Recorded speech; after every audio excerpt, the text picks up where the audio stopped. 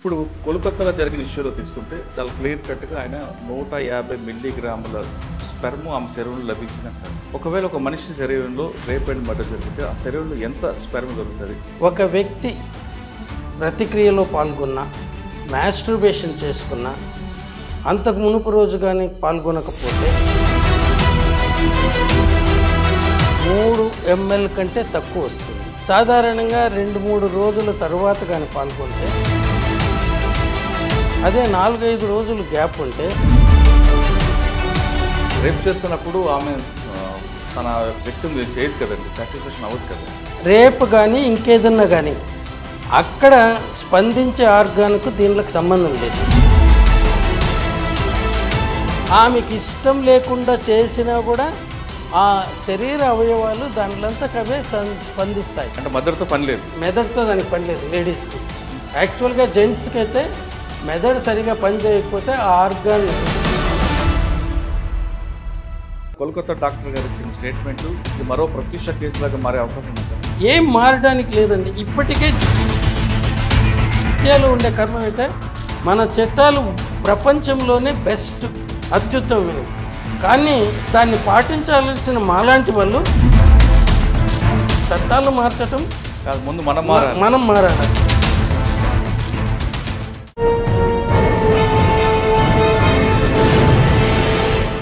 Welcome to I dream. Kolkata trainee doctor rape కేసులో వచ్చిన post mortem report దర్యాప్తు చేస్తున్న ఏజెన్సీకి ఛాలెంజ్గా మారనుందా? అవును అంటున్నారు వైద్య నిపుణులు. ఎందుకంటే ఆమె శరీరంలో దొరికిన 150 మిల్లీగ్రాముల స్పెర్మ్ అనేది ఒకరు కాదు, గ్యాంగ్ రేప్ జరిగిందంటూ బాధితురాల తల్లి ఇచ్చిన స్టేట్మెంట్ మేరకు ఒకరు కాదు ఎంతమంది చేసి ఉండొచ్చు అనే దర్యాప్తు చేస్తున్నారు ఏజెన్సీస్. అసలు ఒక మనిషి శరీరంలో అన్ని గ్రాములు దొరుకుతుందా? అసలు దొరికిన స్పెర్మ్ గ్రాముల్లో కొలుస్తారా? ఎలాగ దాన్ని ఐడెంటిఫై చేస్తారనే విషయాన్ని మనతో మాట్లాడడానికి ఉస్మానియా ప్రొఫెసర్ మన డాక్టర్ నారాయణ రెడ్డి గారు ప్రస్తుతం అంటున్నారు. ఆయన అడిగి చాలా విషయాలు తెలుసుకుందాం. సార్ నమస్తే అండి. నమస్తే అండి. మీరు ఉస్మానియా మెడికల్ కాలేజ్ ఫారెన్సిక్ పనిచేస్తున్నప్పుడు చాలా డెడ్ బాడీస్ మీరు పోస్ట్ మార్టం చేయించుంటారు. రేప్ కేసులు అవ్వచ్చు, అంటే రేప్ డెడ్ బాడీస్ కాకుండా రేప్ జరిగిన విక్టిమ్ని కూడా మీరు చూస్తుంటారు, లేడీ డాక్టర్ చేస్తుంటారు. కానీ రేప్ అండ్ మర్డర్ అయిన తర్వాత మీ దగ్గర ఆ టేబుల్ మీద చూస్తుంటారు. ఇప్పుడు కోల్కతాలో జరిగిన ఇష్యూలో తీసుకుంటే చాలా క్లియర్ కట్గా ఆయన 150 మిల్లీగ్రాముల స్పెర్మ్ ఆమె శరీరంలో లభించింది అంటారు. అంటే బహుశా 1.80 గ్రాములు అన్నారా ఏంటన్నా మనకు తెలియదు.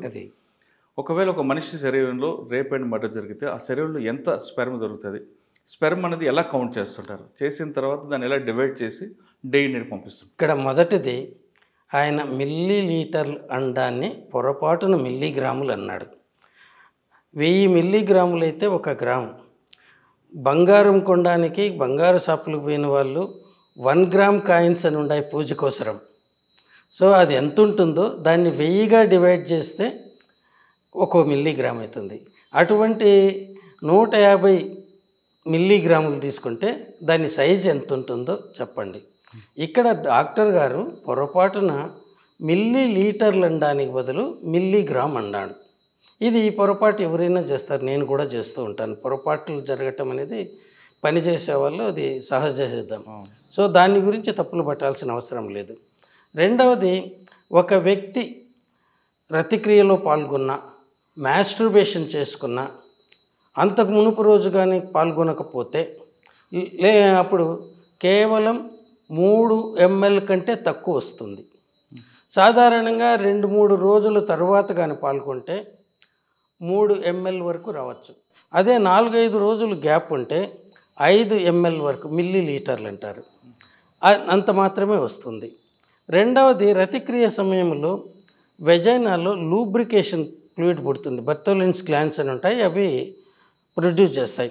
అది కూడా జిగటగా సెమన్ లాగానే ఉంటుంది. దానితో పాటు ఇది కలిసినప్పుడు ఈ రెండిటిని కంటితో చూసి మనం సపరేట్ చేయలేం. మామూలుగా ఈ క్వాంటిటీ ఏదైతే ఆయన మెన్షన్ చేశాడో అది రతిక్రీడలో ఆఖరికి వచ్చే టైంలో ఆమె కానీ సాటిస్ఫై అయితే అప్పుడు ఎక్కువగా సెక్రెట్ అవుతుంది. ఆ ఫ్లూయిడ్ను చూసి అతను సెమన్ అనుకొని పొరపడ్డాడు. అది నా అభిప్రాయం. ఒకవేళ రేప్ చేస్తున్నప్పుడు ఆమె తన యొక్క వ్యక్తి చేయదు కదండి, సాటిస్ఫాక్షన్ అవ్వదు కదా. రేపు కానీ ఇంకేదన్నా కానీ అక్కడ స్పందించే ఆర్గాన్కు దీనికి సంబంధం లేదు. అక్కడ టచ్ చేసినప్పుడు మీకు అది వస్తుంది. సో అది దానికి ఎలాంటి సంబంధం లేదు. ఇప్పుడు చాలా అందుకే ఫోర్ ప్లే అంటారు. ఫోర్ ప్లే ఏమిటంటే ఆమెను దారిలోకి తెచ్చుకోవడానికి అక్కడ అది ప్రొడ్యూస్ చేసేంత వరకు వీడు ఆర్గాన్ని దాని వెజైనాలోకి పెట్టాడు. ఎందుకంటే మంట పెడుతుంది, నొప్పి పెడుతుంది. కాబట్టి అంతవరకు వాడు ఇవి చేసిన తర్వాతనే అది లూజ్ అవుతుంది వెజైనల్ వాల్స్. తర్వాత ఈ ఫ్లూయిడ్తో అది లూబ్రికంట్గా పనిచేస్తుంది. మేల్ ఆర్గాన్ ఈజీగా పోతుంది. ఇది ఆమెకి ఇష్టం లేకుండా చేసినా కూడా ఆ శరీర అవయవాలు దాంట్లంతకు అవే స్పందిస్తాయి. ఓకే, అంటే మెదడుతో పని లేదు. మెదడుతో దానికి పని లేదు లేడీస్కు. యాక్చువల్గా జెంట్స్కి అయితే మెదడు సరిగా పని చేయకపోతే ఆ ఆర్గాన్ గట్టిపడదు, నిల్చోదు. అంతేగాని లేడీస్ అందుకే ప్యాసివ్ ఏజెంట్స్ అంటారు సెక్స్లో. వాళ్ళకి ఇష్టం లేకున్నా సెక్స్లో పాల్గొంటారు. ఈ రకమైన వెజైనా నుంచి స్పందన దానంతకదే వస్తుంది. సార్, అంటే రేప్ చేయకుండా మామూలు ఇద్దరి మధ్యన అంగీకారంతో పాల్గొంటే ఏమి ఎంత వస్తుందండి? అంగీకారంతో పాల్గొన్నా ఆమె అంగీకారంతో లేకపోయినా అది వచ్చేది అంతే వస్తుంది. దానికి సంబంధం ఉండదు. ఒకవేళ మీ దగ్గరికి ఇటువంటి కేసు చాలా వచ్చి ఉంటాయి. వచ్చినప్పుడు మన స్పెర్మ్ని ఎలా డివైడ్ చేస్తారండి DNA టెస్ట్ కోసం? అంటే మీరు ఇందాక చెప్తున్నారు ఆమె దగ్గర నుంచి లూబ్రికెంట్ వస్తుంది, ఇక్కడ స్పెర్మ్ ఉంటుంది. కాబట్టి రెండు ఒకటే కలర్ ఉంటాయి. కాబట్టి రెండు ఎలా డివైడ్ చేస్తారు? దాన్ని డివైడ్ చేసేది ఏమి ఉండదు. ఇక్కడ ఒక స్వాబ్ తీసుకుంటాము. ఆ స్వాబ్ను ఫారెన్సిక్ సైన్స్ ల్యాబొరేటరీకి పంపుతాము. అక్కడ వాటిలో స్పెర్మటోజోవా ఉందా అని చూస్తారు. స్పెర్మటోజోవా అంటే దాంట్లో DNA ప్రొఫైల్ తీసుకుంటారు. ఆ DNA ప్రొఫైల్ను వీడి DNA ప్రొఫైల్తో కంపేర్ చేస్తారు. వీడి DNA ప్రొఫైల్కి కూడా చాలా ఈజీ. ఒక స్వాబ్ తీసుకొని లేకపోతే గ్లాస్ది మొద్దుగా ఉండేది పక్కన నుంచి ఇలా అని దాని నుంచి పంపితే ఈ మన సెల్లో శరీరంలో ఉండే జీవకణాల్లో ప్రతి కణంలోన 46 క్రోమోజోమ్స్ ఉంటాయి. ఆమెలో మాత్రం ఇది స్పెర్మ్లో కానీ ఆ స్త్రీ యొక్క అండములో కానీ కేవలం 23 ఉంటాయి. ఆ 23 కలిస్తే 46 క్రోమోజోములతో మొదటి పిండం ఏర్పడుతుంది. అది డివైడ్ అయ్యి దీంట్లో ఉంటుంది. కాబట్టి దీంట్లో ఎంత అనేది ఏమి ఉండదు. వీళ్ళు చూసేది ఆ స్పెర్మ్ ఏమన్నా ఉందా, ఆ స్పెర్మ్లో ఉన్నటువంటి DNA అనేది క్రోమోజోమ్స్లో ఉండేది. అది క్రోమోజోమ్స్ వేరు, క్రోమోజోమ్ లోపల ఉండేది DNA. వీటిని ఇతని యొక్క వేరే సెల్ న్యూక్లియస్ DNA నుంచి కంపేర్ చేస్తారు. అవన్నీ యాజ్ ఇట్ ఈజ్గా కానీ మ్యాచ్ అయితే అది అతని సెమనని గుర్తిస్తారు. అది DNA టెస్ట్. కాబట్టి దీంట్లో ఈ టెస్టులు చేస్తే ఇమీడియట్గా ఆ స్వాబ్ తీసుకొని వాడేనా కాదా అనేసి కన్ఫర్మ్ అయిపోతుంది. ఏమి టెస్ట్ చేయకపోయినా కూడా. అంటే ఒకరు కాకుండా గ్యాంగ్ రేప్ జరిగింది అనుకోండి, అప్పుడు ఎక్కువ మంది DNA కనపడుతుంది. అంటే స్పెర్మ్ అంత ఉంటుంది అంటారా? ఎవరి స్పెర్మ్ వాళ్ళది వస్తుంది. అదే దాంట్లోనే లోపల ఉంటుంది. ఆ DNAలో వీళ్ళకు అందరిది వస్తుంది. సో మల్టిపుల్ మేల్ DNA వస్తుంది. మేల్ DNAని ఎట్లా గుర్తిస్తారంటే అది Y క్రోమోజోమ్ కానీ ఉంటే వాళ్ళు పరీక్ష చేసిన వాటిల్లో అది కానీ ఉంటే మేల్ DNA అంటారు. లేకపోతే వాళ్ళకు కూడా మేల్కి కూడా XX ఒకటి ఉంటుంది, అది ఫిమేల్కి సంబంధించింది. XY అని ఉంటుంది. XX క్రోమోజోమ్ కానీ పరీక్ష చేస్తే చేయలేరు. కానీ ఇతని దగ్గర నుంచి చాలా ఇవి తీస్తారు. కాబట్టి మల్టిపుల్ స్పెర్మ్స్ నుంచి ఈ DNA ప్రొఫైల్ చేస్తారు. కాబట్టి దాంట్లో Y క్రోమోజోమ్ కనపడుతుంది. అన్నీ XX ఉండవు. ఒక దాంట్లో X ఉంటుంది, ఒక దాంట్లో Y మాత్రమే ఉంటుంది. ఎందుకంటే 46/23 కదా అయ్యేది. లాస్ట్ పేర్ ఆఫ్ క్రోమోజోమ్స్ వచ్చేసి స్త్రీలో అయితే XX ఉంటుంది, పురుషుల్లో అయితే XY ఉంటుంది. ఈచ్ స్పెర్మ్లోన అది 22X ఉంటుంది, లేకపోతే 22Y ఉంటుంది. స్త్రీలో మాత్రం 22X 22X మొత్తం 23. అంటే గ్యాంగ్ రేప్ చేసిన కూడా మన DNA డివైడ్ చేయొచ్చు. అంటే డిఫరెంట్ DNA ప్రొఫైల్స్ వస్తాయి. ఒకటి కొంతమంది రేప్ చేసిన తర్వాత వాష్ చేసుకొని వెళ్తుంటారు. అది వాష్ చేసినా కూడా పైన వాష్ చేస్తే కాదు, అది లోపల వెజైనాలోకి సర్విక్స్ ఇట్లా నెక్ అంటారు, అది ఇలా ప్రొచ్చుంటుంది. ఇక్కడ పోస్టీరియర్ పార్నిసెస్ వెనకాల అక్కడ ఉంటుంది. అక్కడ ఉండే DNA కన్నా మామూలుగా అయితే ఇప్పటి వరకు 14 రోజుల తర్వాత కూడా ఐడెంటిఫై చేశారు. మామూలుగా అయితే 4-5 రోజుల వరకు దొరుకుతుంది అక్కడ. వీళ్ళు బయట వాష్ చేసుకుంటారు, లోపల కాదు. అదే మగవాడు కానీ వాష్ చేసుకుంటే వాటిలో ఏమీ దొరకదు. ఎందుకంటే పైనే కదా ఆర్గాన్ ఉండేది. ఈమెకి చుట్టూ ఉండే వాటిలో రాదు, కానీ లోపల.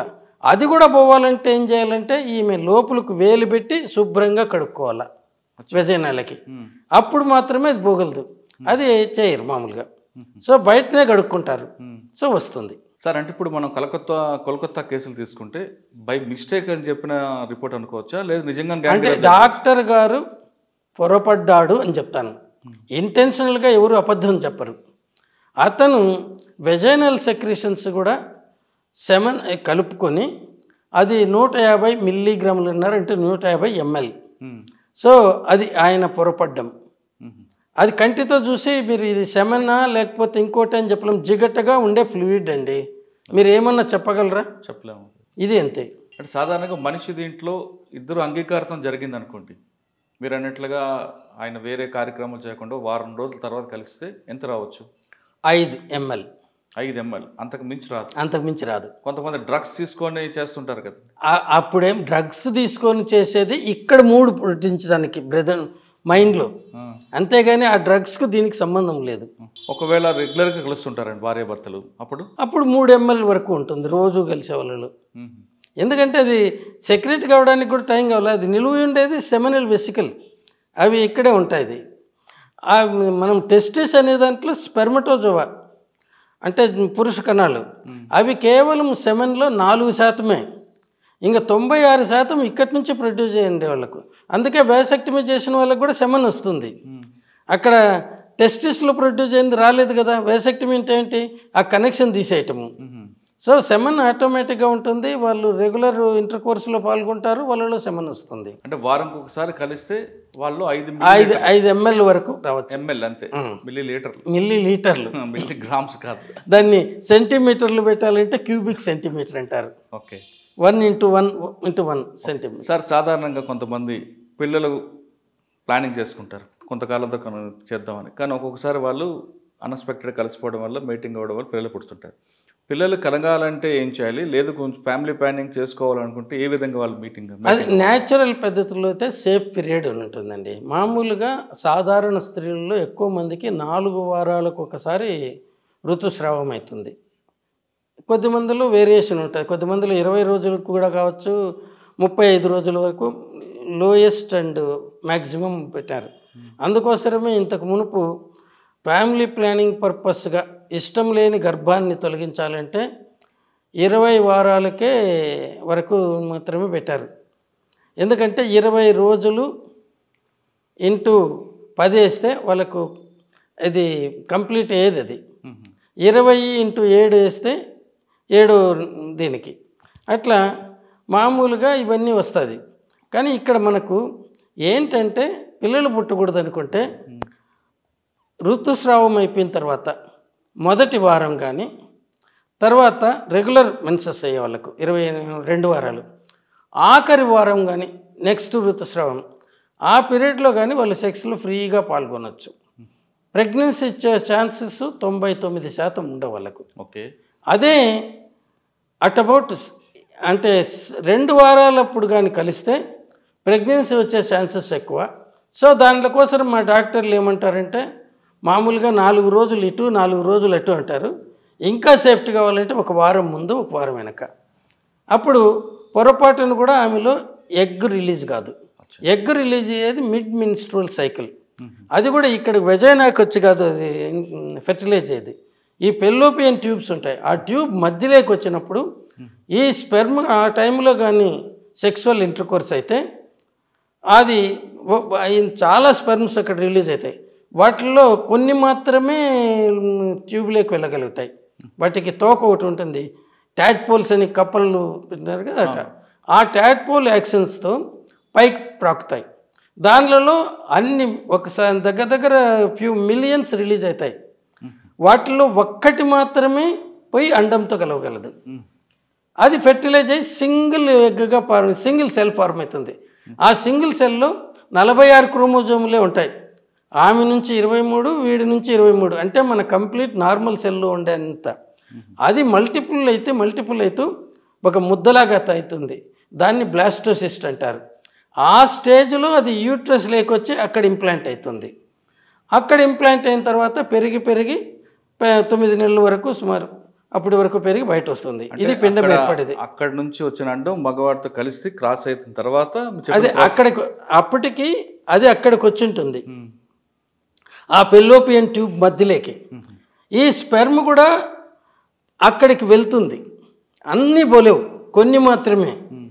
ఆ పోయిన వాటిల్లో ఒకటి మాత్రమే కలవగలుగుతుంది. అప్పుడు ఒక సింగిల్ సెల్గా ఫామ్ అవుతుంది. ఆ సింగిల్ సెల్ నుంచి ఏకకణజీవి నుంచి ఇంత పెద్ద ఆకారాలు పుడతాయి. ఇంకా ఈ డిఎన్ఏ అనేది ఏంటంటే ఆ క్రోమోజోముల్లో ఉండేది. ఇది పుట్టబోయే బిడ్డ రూపురేఖలు ఎలా ఉంటాయి, ఎంత ఎత్తు పెరగలడు, ఆయన ఇంటెలిజెన్స్ ఎట్లుంటుంది, ఆయన శరీర అవయవాలు ఎట్లా ఉండబోతాయి, వీటినన్నిటినీ కూడా క్రోడీకరించి నిలిపి ఉంటుంది. దాని నుంచేనే మనకి ఏ ఏజ్లో ఏ మార్పులు రావాలనేది కూడా ఉంటుంది. అందుకే దీన్నంతా కూడా మనం ఏదో చదువుతాం, కానీ వీటిని కానీ తెలుసుకుంటే ఇంతకంటే మహామాయ ఇంకెక్కడ ఉండదు. సార్, కొంతమంది ట్విన్స్ పుడతారు, కొంతమంది 6, 3 కానుపులు కంటారు. అప్పుడు ఎలా?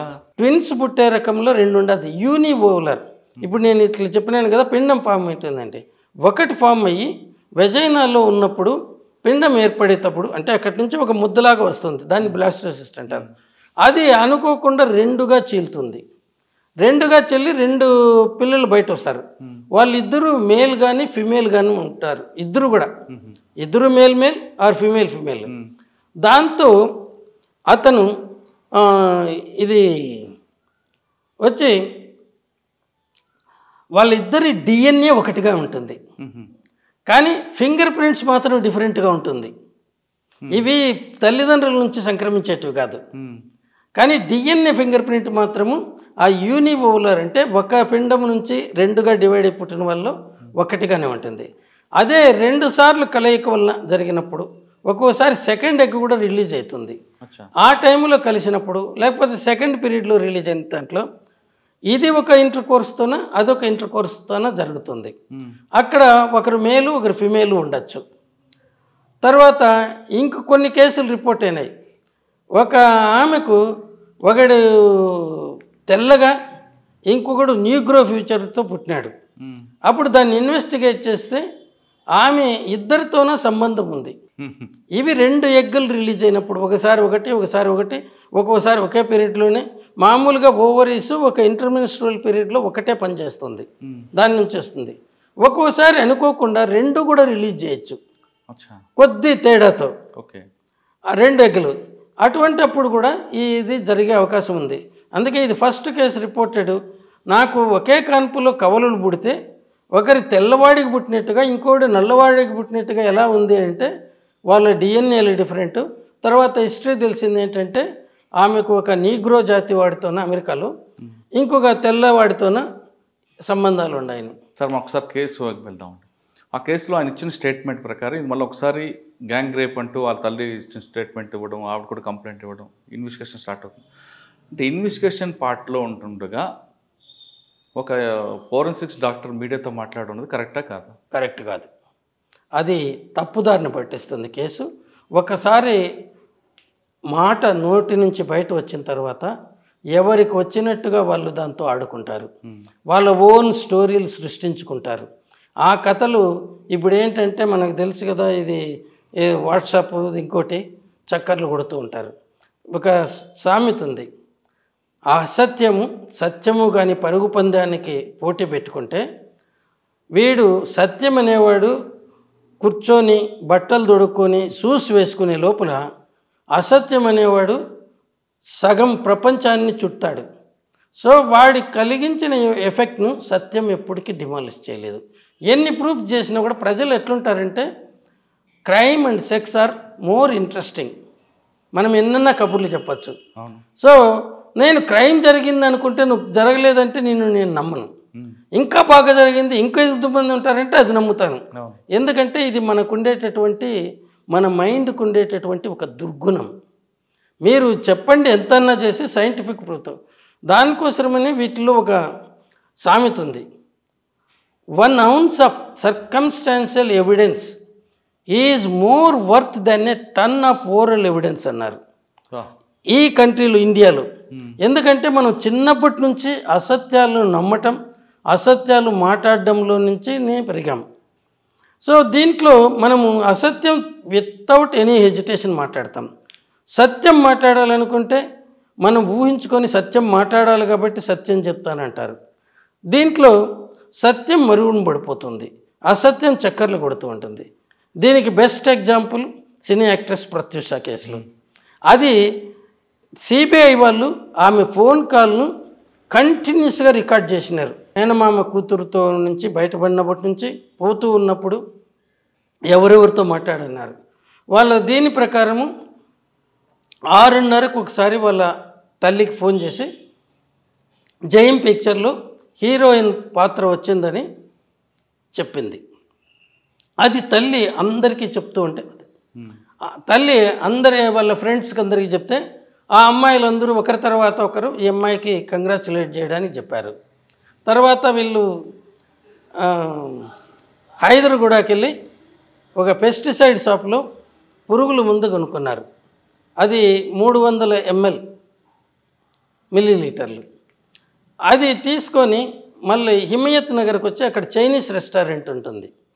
అక్కడ 2 క్యాడ్బరీ చాక్లెట్స్, ఒక కూల్ డ్రింక్ కోకోకోలా 1.5 లీటర్స్ది కొనుక్కున్నారు.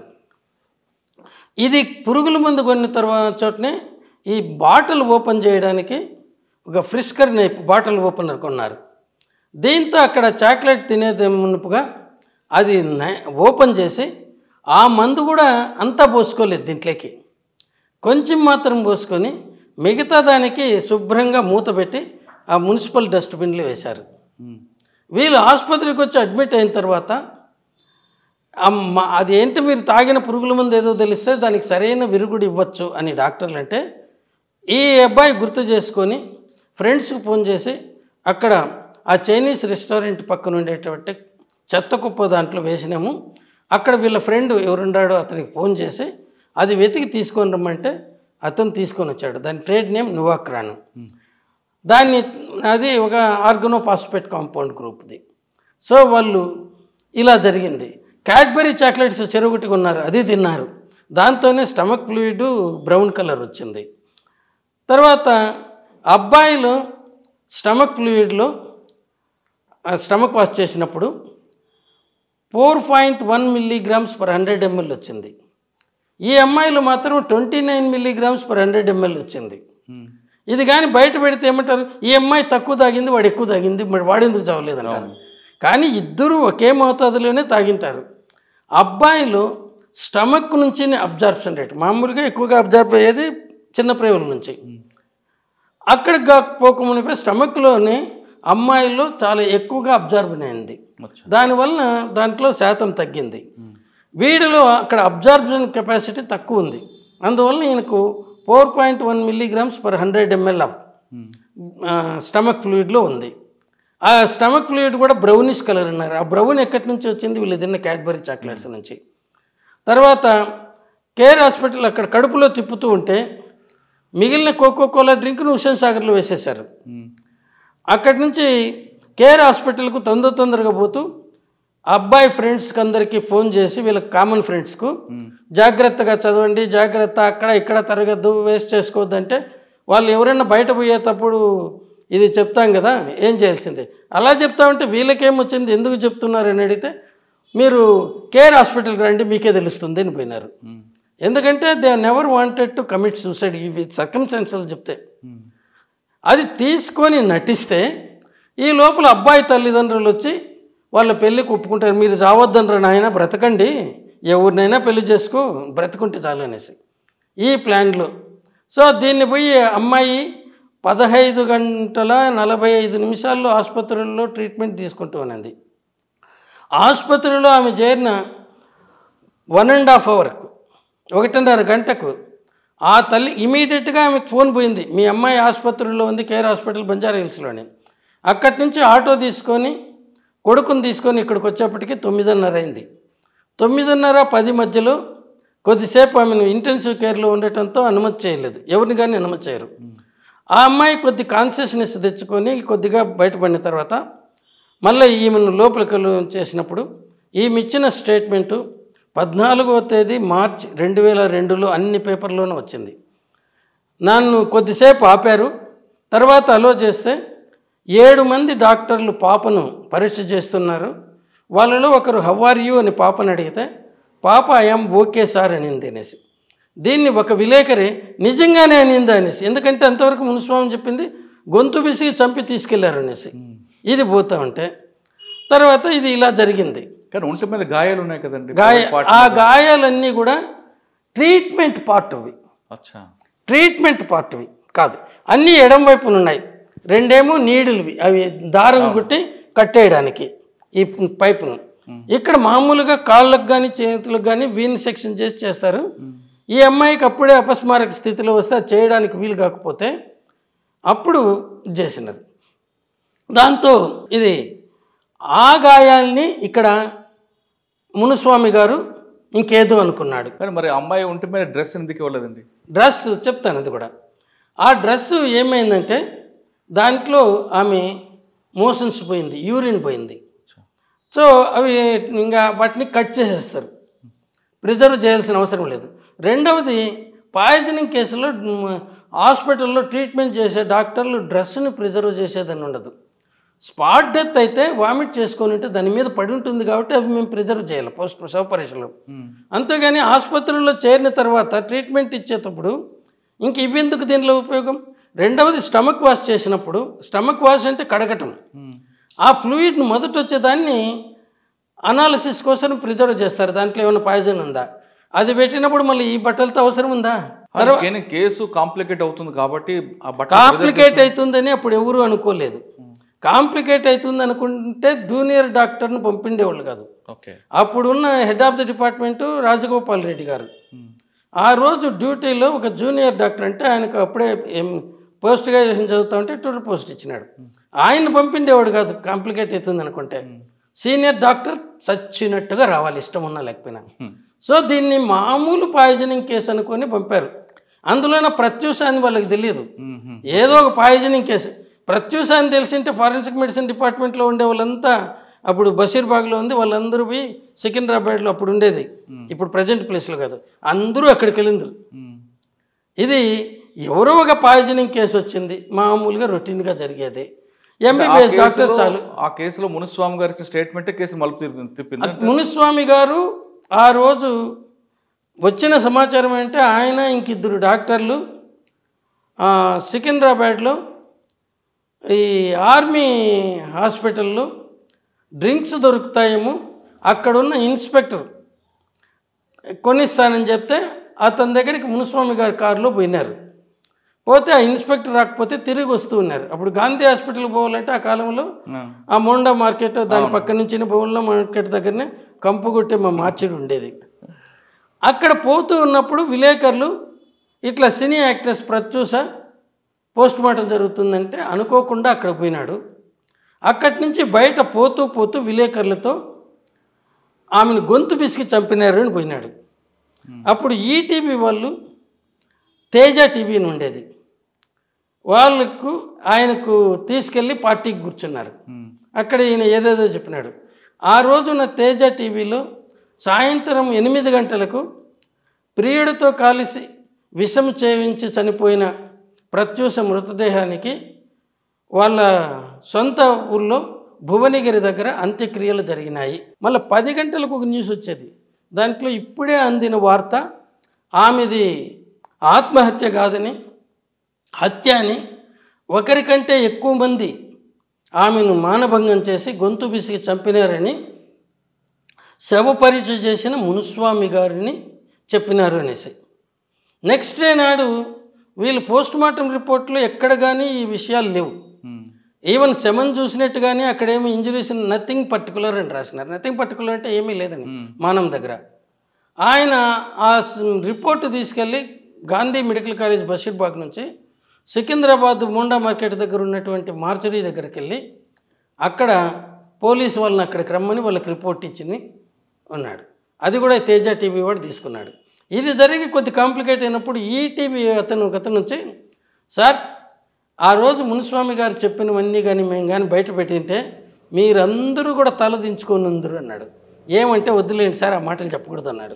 ఇది జరిగింది.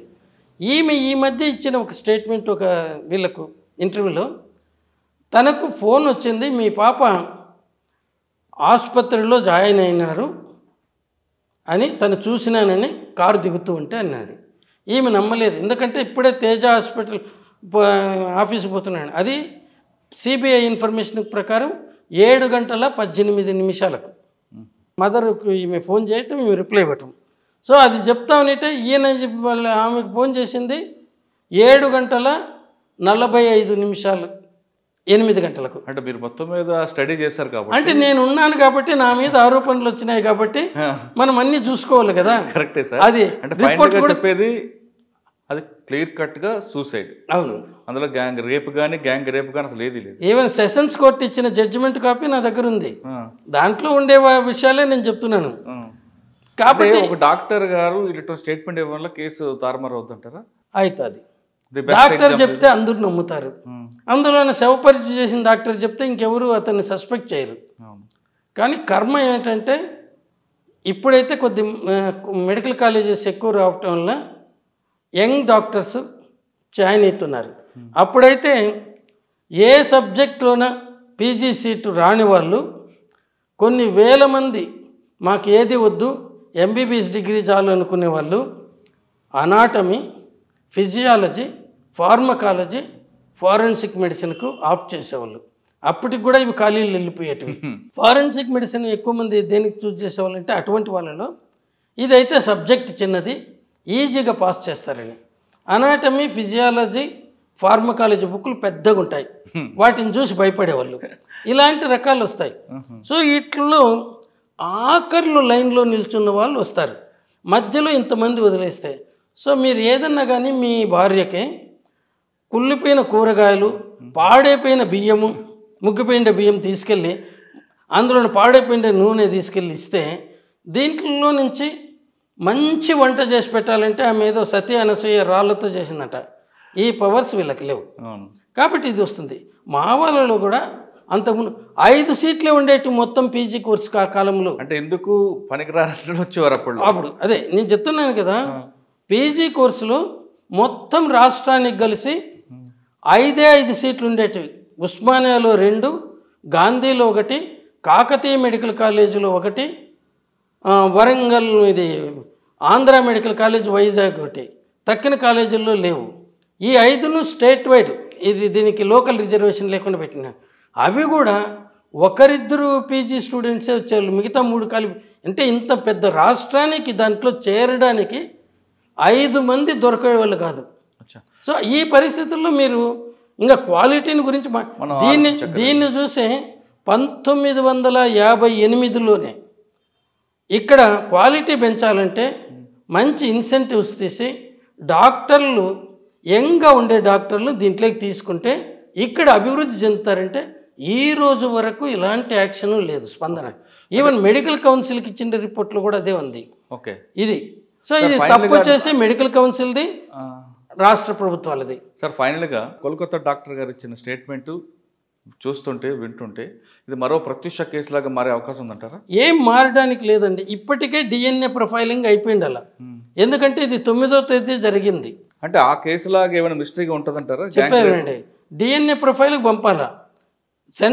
State government forensic science laboratory in Kolkata is one of the best laboratories in the country.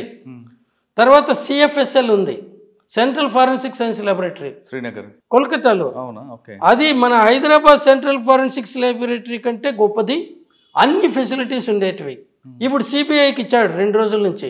CBI వాళ్ళు ఇమీడియట్గా ఇది తీసుకెళ్ళి అక్కడ ఇవ్వాలా, అదే సమయంలో స్టేట్ ఫారెన్సిక్ సైన్స్ ల్యాబొరేటరీలు కూడా ఇవ్వాలా. ఎందుకంటే కంపేర్ చేసుకోవడానికి. ఇది సెకండ్ ఒపీనియన్ కాదు, 2 దీంట్లో ఏమొస్తుంది దాంట్లో ఏమొస్తుంది అనేది చూసుకుంటే అంటే కరెక్ట్గా వస్తుందా లేదా. ఒకే దాన్ని 2 సార్లు చేస్తే 2 రకాలుగా రావచ్చు, అది ఏదన్నా కానీ. అటువంటి ఫాల్ట్ని వేరు చేయండి. ఈవెన్ కెమికల్ అనాలిసిస్గా ఒరిజినల్గా ఉండేది ఏంటంటే ఈ కెమికల్ అనాలిసిస్కు పంపిన మెటీరియల్ను ఎంటైర్ మెటీరియల్ను ఫారెన్సిక్ సైన్స్ ల్యాబొరేటరీ యూజ్ చేయదు. కొద్ది ఉంటే అది సీల్డ్ బాటిల్లో ఉంటుంది. ఈ పోలీసుల నుంచి కేసు క్లోజ్ చేసినారని తెలిసి అప్పుడే డిస్ట్రై చేస్తారు. ఎందుకంటే సెకండ్ ఒపీనియన్ కావాలంటే ఈ బాటిల్ను తీసుకుని ఇంకో ల్యాబొరేటరీలో, ఈ ప్రొవిజన్స్ అన్నీ చట్టాల్లో ఉన్నాయి. కానీ మన ఇండియాలో ఉండే కర్మం ఏంటంటే మన చట్టాలు ప్రపంచంలోనే బెస్ట్, అత్యుత్తమమైనవి. కానీ దాన్ని పాటించాల్సిన మాలాంటి వాళ్ళు ప్రపంచంలోనే అత్యంత నిర్లక్ష్యంగా పనిచేసేవాళ్ళు. అది తప్పు. అందుకే అసలు చట్టాలు మార్చాలి, చట్టాలు మార్చాలి. చట్టాలు మార్చటం కాదు, ముందు మనం మనం